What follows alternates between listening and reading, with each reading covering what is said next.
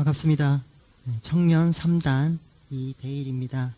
저는 서경대학교에서 실용음악을 전공하였고 교당에서는 청년 3단의 중앙과 문화부 수석차장을 맡고 있습니다. 지난주까지 정할 때 수양과 연구를 주체 삼아서 상시 공부의 자료를 준비하는 공부법인 정규훈련법, 그 중에서도 사리연구 훈련 과목인 경전, 강연, 회화를 주제로 공부해 보았습니다.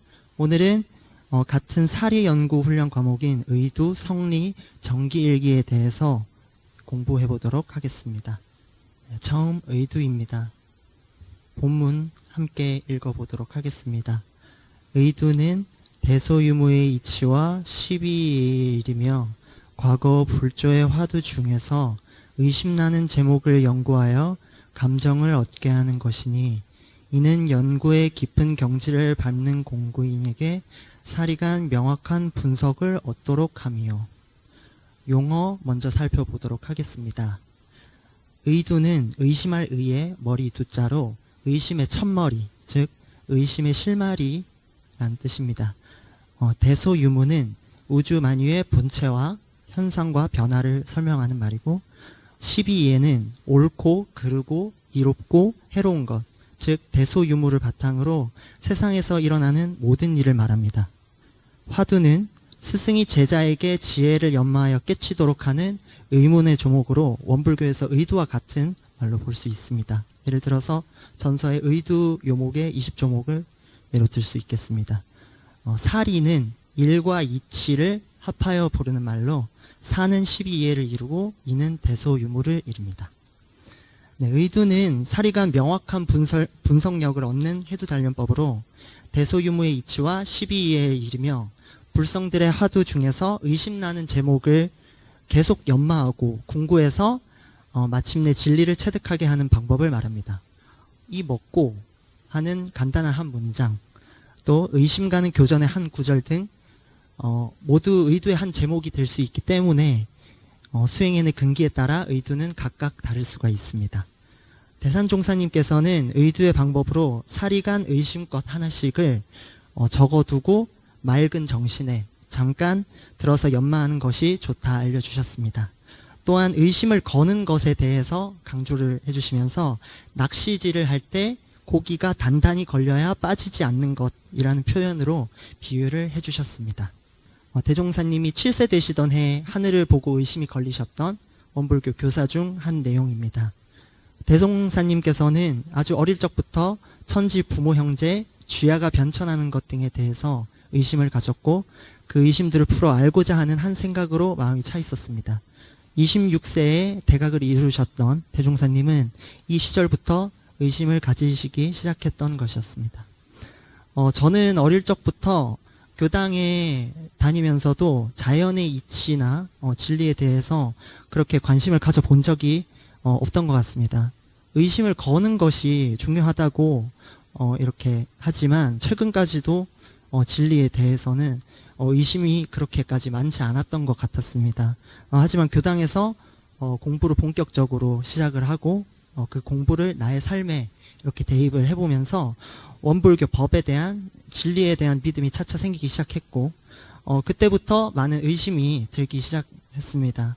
전에는 그저 좋다고 교무님 설교 좋다고 들었었는데요. 또 교전도 그냥 그저 좋다고 읽기만 했었는데 그 말씀들 교자의 말씀들에 의문이 생겨났습니다. 왜 교무님은 그런 말씀을 하셨을까? 왜 대종사님은 이렇게 표현을 하셨을까? 이렇게 믿음이 커지니까 진리에 대해 탐구하려는 마음도 함께 커졌고 그 마음들은 여러 가지 의심들을 만들어냈습니다.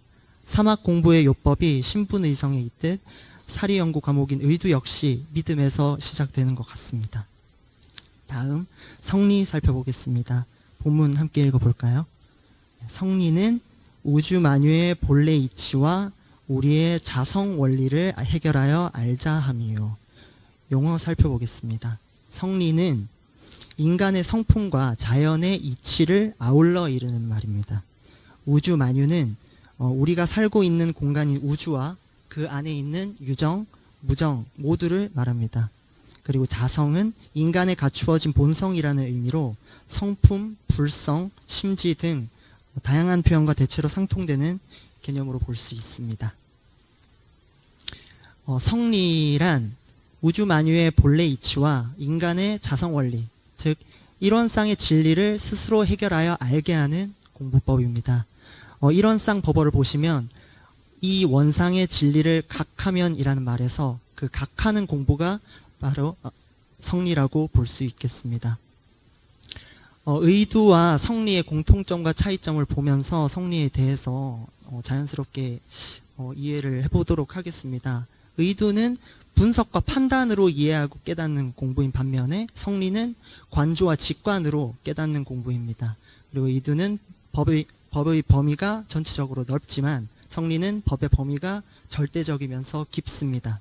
그리고 의두는 자타력 병진으로 성취되는 공부이기 때문에 스승의 가르침과 감정이 필요한 공부인 반면 성리는 자력으로 깨치는 공부이기 때문에 스승의 감정이 아닌 인가를 받는 공부입니다.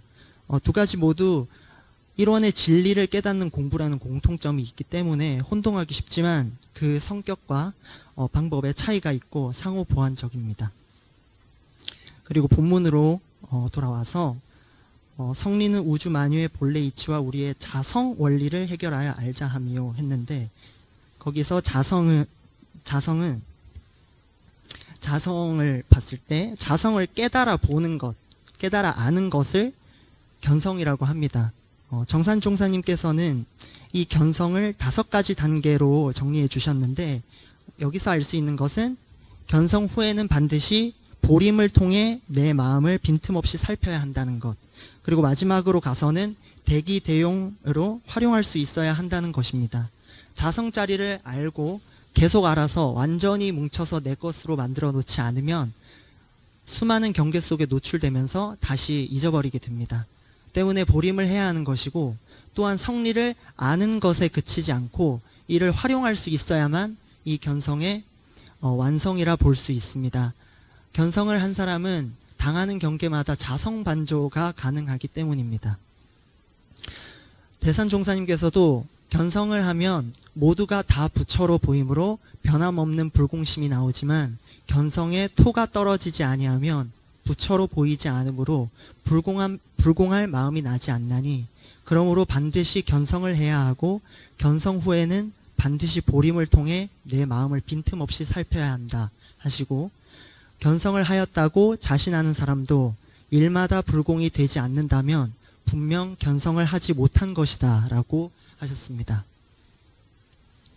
다음 정기일기 보겠습니다. 함께 읽어볼까요? 정기일기는 당일의 작업시간 수와 수입 지출과 심신작용의 처리권과 감각 감상을 기재시킴이요. 용어를 먼저 살펴보면, 작업은 업을 지음, 말 그대로 하면 업을 짓는다는 뜻입니다. 무슨 일에나 안이 비설신의의 육근을 작용함을 이릅니다. 다음 심신작용은 마음을 운용하고 몸을 사용하는 모든 행위를 말합니다. 그리고 감각은 공부인이 사물을 접촉하여 보고 들은 가운데 스스로 알아짐을 이릅니다. 그리고 감상은 느낀 생각, 소감, 공부인이 사물이나 경계를 대할 때 마음속에 느껴지는 생각을 말합니다. 정기일기는 공부인에게 당일에 작업한 시간 수와 수입 지출, 심신작용 처리권과 감각 감상을 기재시켜 대조하고 반성하여 공부와 생활에 대한 길을 바르게 알고 챙겨서 안으로 지혜를 단련하고 밖으로 복락을 장만하게 할 수 있는 힘을 양성하는 공부법입니다. 4가지를 기재시키게 되는데요. 첫째는 허송 시간을 없게 하기 위해서 그날의 작업 시간 수를 기재하고, 둘째는 빈곤을 방지하고 안락을 얻고 놀고 먹는 패풍을 없게 하기 위해서 수입과 지출을 기재합니다. 셋째는 심신작용 처리권을 기재하게 되는데, 이는 죄복의 결산 12예를 밝혀서 취사의 능력을 얻게 하기 위해서입니다. 넷째는 감각 감상을 기재하게 되는데, 이것은 대소유무의 이치가 밝아지는 정도를 대조하기 위해 기재합니다. 저는 군 복무 기간 때 제가 목표하던 것이 있었습니다. 그것은 원불교 훈련법을 이행하면서 군 생활을 한번 나보자 하던 것이었습니다. 그래서 연등 시간 때 매일은 아니었지만 정기일기를 쓰려고 굉장히 많이 노력을 했었는데, 어릴 때부터 그래 왔었듯이 일기는 저에게 굉장히 귀찮은 일이었습니다. 게다가 정기일기는 제 생각에 너무 까다로운 커리큘럼으로 돼 있다, 그렇게 생각이 들었어서 여간 쉬운 일이 아니었습니다. 그래도 참고 써봤지만은 거듭할수록 쓰기 싫어지는 마음만 커질 뿐이었습니다. 그러다가 이게 시간이 흐르고 계속 반복적으로 공부를 하다 보니까 일기를 잘 쓰고 싶다는 욕심이 자꾸 일기를 꾸미려고 하고, 그 꾸미려는 게 일기에 담겨야 할 제 마음도 감추게 되고 시간도 오래 걸리게 돼서 하기 싫은 마음만 커졌던 거였습니다.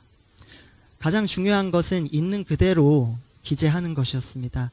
글이 이상해 보여도 일단 신경 쓰지 않고 하루 있었던 경계 상황, 감각 감상 그대로 꾸미려는 마음 없이 쓰려고 하다 보니까 시간도 오래 걸리지 않고 오히려 일기가 깔끔해졌습니다. 깔끔해지니까 또 일기에 담긴 제 마음도 깨끗하게 잘 보였었습니다. 이처럼 정기일기는 장부 기재처럼 객관적이고 사실적인 내용만이 기재되어야 올바른 공부가 될 수 있는 것 같습니다. 강연을 마치면서 제가 의두요목이나 성리품을 읽을 때면은 도저히 이해하기가 힘든 말들이 가득합니다. 천상천하 유아독존, 아니면 세존이 영산회상에서 꽃을 들어, 또 무무역무무 비비역비비, 굉장히 어려웠는데요. 성리에 대한 공부가 다른 과목에 비해서 제가 부족하기 때문에 강연 원고를 준비를 하면서 제가 실행하고 느낀 점을 적기보다는 있는 자료들을 이렇게 짜집기해서 원고를 완성하는 데 급급할 수밖에 없었던 것 같습니다. 대산종사님께서는 성리 공부에 대해 말씀하시면서 대종사님께서 밝혀주신 훈련법으로 법의 등급에 따라 일심으로 정신하다 보면 불지에 이를 수 있다 하셨습니다. 지금은 성리에 대해 모호하고 얼른 얻어지는 것도 없는 것 같지만 진리에 대한 믿음과 큰 서원을 가지고 의도와 성리, 정기일기뿐 아니라 정기훈련법의 나머지 8과목과 상시훈련법을 3학으로 끊임없이 활용해서 견성, 성불, 재중하는 공부인이 될 수 있도록 노력해야겠습니다. 지금까지 부족한 강연 들어주셔서 감사합니다.